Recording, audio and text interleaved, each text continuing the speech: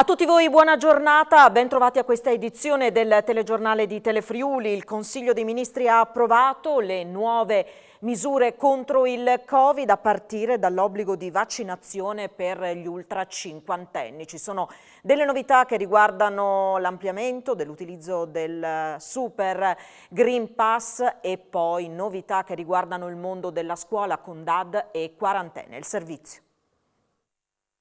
Non sono mancate tensioni e spaccature, ma alla fine il governo ha deciso la propria strategia per contrastare l'avanzata di Omicron e l'ondata Novax.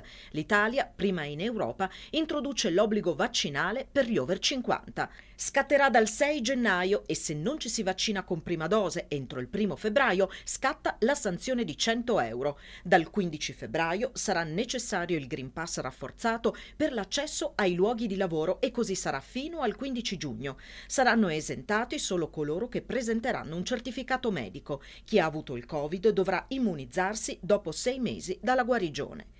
Chi verrà sorpreso al lavoro senza Green Pass rafforzato si vedrà comminare una multa da 600 a 1500 euro. Dopo il quinto giorno di assenza ingiustificata, il datore di lavoro può sospendere il dipendente fino a 10 giorni, rinnovabili fino al 31 marzo 2022, senza conseguenze disciplinari, con diritto alla conservazione del posto ma senza stipendio. Dobbiamo lavorare per ridurre al massimo le ospedalizzazioni, ha detto il ministro della Salute Roberto Speranza, precisando che i ricoverati non vaccinati sono 2/3 del totale in terapia intensiva e la metà nelle aree mediche. Il nuovo decreto varato dal governo amplia dal 10 gennaio al 31 marzo l'uso del Green Pass rafforzato per alberghi, feste legate a cerimonie, sagre, fiere, centri congressi, ristorazione all'aperto, impianti di risalita, palestre, piscina, sport di squadra e centri benessere anche all'aperto, centri culturali e ricreativi, aerei, treni, navi e trasporto pubblico locale. Dal 20 gennaio servirà il Green Pass base per i clienti di parrucchieri e centri estetici, dal 1 febbraio anche per pubblici uffici, poste, banche e attività commerciali. Sul fronte scuola il governo non ha ceduto, si tornerà sui banchi dopo l'Epifania tra venerdì e lunedì, ma con nuove regole per DAD e quarantene. Si distinguerà tra vaccinati e non solo per chi ha più di 12 anni. Alle elementari, nel caso di un positivo, si resterà in presenza con un test antigenico o molecolare da eseguire subito e un altro dopo 5 giorni. Con almeno 2 casi, DAD per tutti per 10 giorni. Alle medie e alle superiori, invece, fino a 2 casi di positività, la classe resterà in presenza con mascherine FFP2 e autosorveglianza. Con 3 casi, chi non ha concluso il ciclo vaccinale da meno di 4 mesi andrà in DAD per 10 giorni, mentre gli altri faranno lezioni in aula con autosorveglianza ed FFP2. Dai 4 casi in su, infine, DAD per tutti. Nell'ultima settimana i contagi in Friuli Venezia Giulia, che ieri hanno sfiorato il picco dei 4.000, sono aumentati del 170%. Un'esplosione di nuovi casi che rispecchia la situazione italiana. Negli ultimi 7 giorni l'incremento a livello nazionale è stato del 153%, con 1.200.000 persone positive, più del doppio rispetto alla settimana precedente. È quanto emerge dall'ultimo monitoraggio della Fondazione Gimbe. In Friuli Venezia Giulia, 3 dei 4 capoluoghi di provincia superano i 1.000 contagi ogni 100.000 abitanti. A Trieste sono 1.384, a Pordenone 1.308, a Udine 1.010, a Gorizia 856. Nella nostra regione il tasso di occupazione dei posti letto Covid nelle terapie intensive sale al 16%, quello nelle aree mediche al 24%. Quanto alla campagna vaccinale, in Friuli Venezia Giulia ha completato il ciclo quasi il 77% della popolazione e la terza dose è stata somministrata al 61% dei cittadini. Non decollano, come nel resto del paese, le vaccinazioni nella fascia 5-11 anni. Tutto fa pensare che il cadavere trovato nel parco di San Giovanni a Trieste sia quello della 63enne Liliana Resinovic, ma non c'è ancora la certezza assoluta. Vicino al corpo sono stati trovati degli occhiali simili a quelli della donna scomparsa il 14 dicembre. Lo ha detto oggi il procuratore capo di Trieste, Antonio De Nicolo. L'autopsia fissata per lunedì potrà dire di più sulle cause della morte e da quanto tempo il corpo si trovi nel luogo del ritrovamento. Ci aggiorna da Trieste Andrea Pierini. Buongiorno dal parco dell'ex OPP a San Giovanni, il quartiere dove è stato trovato il corpo di una donna, verosimilmente quello di Liliana Resinovic. Lo vedete alle mie spalle, intravedete quella coperta termica. Quello è il punto esatto in cui appunto i vigili del fuoco nella serata di ieri, nel pomeriggio di ieri, hanno trovato il corpo. Le ricerche si erano intensificate su mandato della prefettura di Trieste in questa zona, che è una zona in realtà in linea d'aria attaccata alla casa dove viveva Liliana Resinovic, la 63enne in pensione dalla regione, che è sparita di casa il 14 di dicembre. Cosa è successo alla donna? Lo stabilirà l'autopsia in programma lunedì. Restano da chiarire tanti aspetti. Secondo quello che trapela, ma le notizie veramente sono poche e sono molto molto confuse, parlano di una morte verosimilmente non violenta e il corpo in realtà non sarebbe stato qui dal 14 dicembre, ma sarebbe qui in realtà da un po' meno tempo. Il corpo era in una posizione rannicchiata, era coperto parzialmente con due sacchi e gli operatori, i vigili del fuoco, hanno intravisto subito un piede, quindi è scattata subito la macchina della verifica con la polizia scientifica che è arrivato sul posto, il PM Maddalena Kergia, e poi è arrivato anche il marito Sebastiano Visentini, che ieri ha detto: spero non sia mia moglie, non ha più senso vivere, e proprio ieri sera ha avuto un malore ed è stato portato all'ospedale di Cattinara. Tanti gli interrogativi che dovrà districare la squadra mobile della questura di Trieste, una volta confermato che appunto il corpo ritrovato ieri è quello di Liliana Resinovic.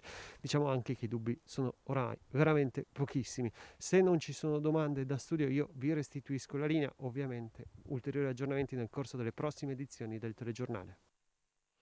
Grazie allora ad Andrea Pierini per questi aggiornamenti. Torneremo naturalmente sulla vicenda per seguirne gli sviluppi. Ancora cronaca, maxi furto di rame. Ieri a Tor Viscosi i ladri hanno agito lungo la rete ferroviaria. In prossimità della stazione sono state rubate 2 dozzine di grandi bobine di rame per un valore che supera i 50.000 euro. Ad accorgersi del furto è stato un operaio. Una donna di Udine di quasi 90 anni è stata scippata della sua borsetta ieri nel capoluogo friulano mentre stava camminando in piazzale Chiavris. È stata avvicinata da 2 malviventi che le hanno rubato la borsa contenente 500 euro, effetti personali e documenti. La donna, che fortunatamente non è rimasta ferita, ha chiesto aiuto ai passanti che hanno chiamato il 112, poi è stata raggiunta dai parenti. Indagano i carabinieri della stazione di Udine Est. Un incendio ha interessato il tetto e la soffitta di uno stabile di 6 piani in via Trento a Trieste dopo la mezzanotte di ieri. 6 abitanti dello stabile sono stati evacuati per precauzione, mentre l'inquilino della soffitta è stato accompagnato in ospedale per un controllo, essendo stato esposto ai fumi della combustione. Sul posto i vigili del fuoco del comando provinciale di Trieste. Le cause dell'incendio pare siano riconducibili al malfunzionamento della canna fumaria.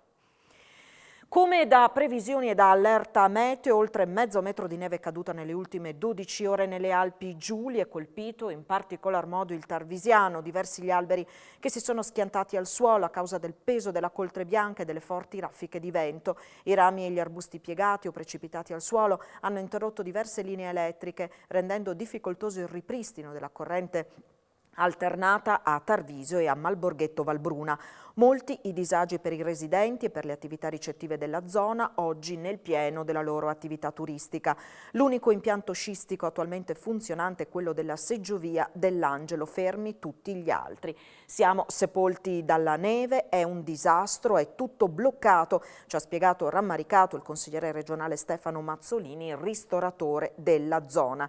Questa neve doveva venire lunedì, non oggi che è festa, ha concluso sconsolato. Ed ora veniamo ai riti epifanici in Friuli, naturalmente con tutte le restrizioni previste causa Covid. Si è ripetuto anche quest'anno l'antico rito cristiano della messa dello Spadone a Cividale. Monsignor Livio Carlino nella sua omelia ha invitato i cristiani a vaccinarsi come gesto di generosità e di amore nei confronti del prossimo. Un'emozione importante sempre questa messa così antica. Ma sì, è una tradizione molto antica, ma allo stesso tempo ancora suggestiva per noi che assistiamo oggi. Per me è la prima volta come diacono che canta il Vangelo, però ho già vissuto questa esperienza più volte quando ero in servizio qui presso la parrocchia di Cividale. Tuttavia però questa emozione è sempre ricca e sempre incredibile ogni volta che viene vissuta. La sua mano regge un pezzo di storia di Cividale. Certamente la mia mano regge il pezzo di storia che il più importante, ricordiamo, è l'Evangeliario nella mia mano sinistra, nel quale appunto è scritto l'originale melodia patriarchina che è stata cantata oggi. E questo ci ricorda come anche la fede sia un qualcosa che viene tramandato nel corso dei secoli, ma che proprio in questi secoli riesce a parlare ogni giorno a ognuno di noi. Invece l'elmo piumato, qual è il suo simbolismo?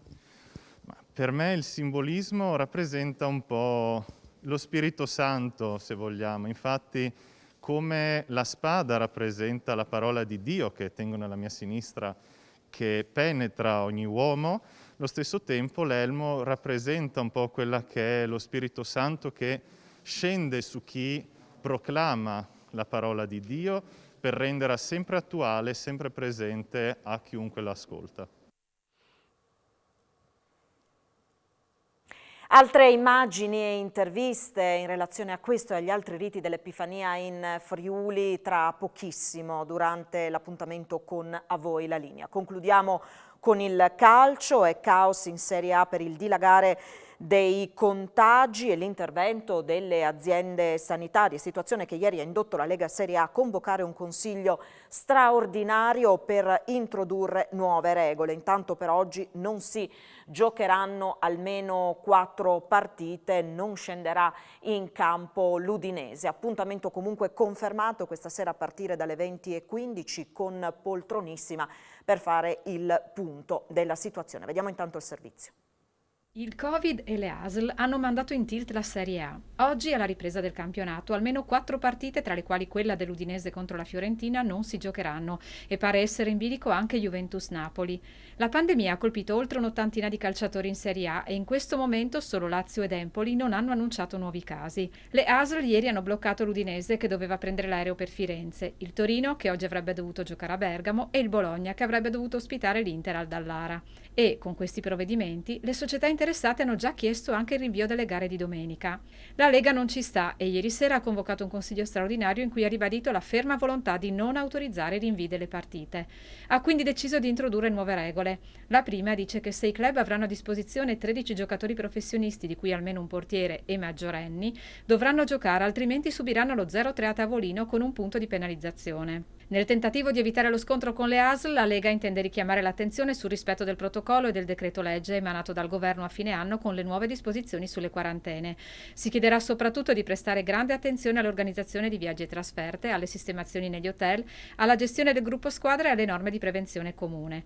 Infine, dal Consiglio è arrivata un'altra indicazione chiara. La Lega ricorrerà al TAR contro i provvedimenti delle ASL che non terranno conto delle disposizioni sulle quarantene del 30 dicembre scorso, ovvero i 5 giorni di autosorveglianza per chi ha la terza dose. In attesa di comunicazioni ufficiali, in Serie A si continua a navigare a vista. Noi ci fermiamo qui, rimanete sintonizzati su Telefriuli perché tra pochissimo c'è l'appuntamento sempre in diretta con A Voi la Linea. A tra poco.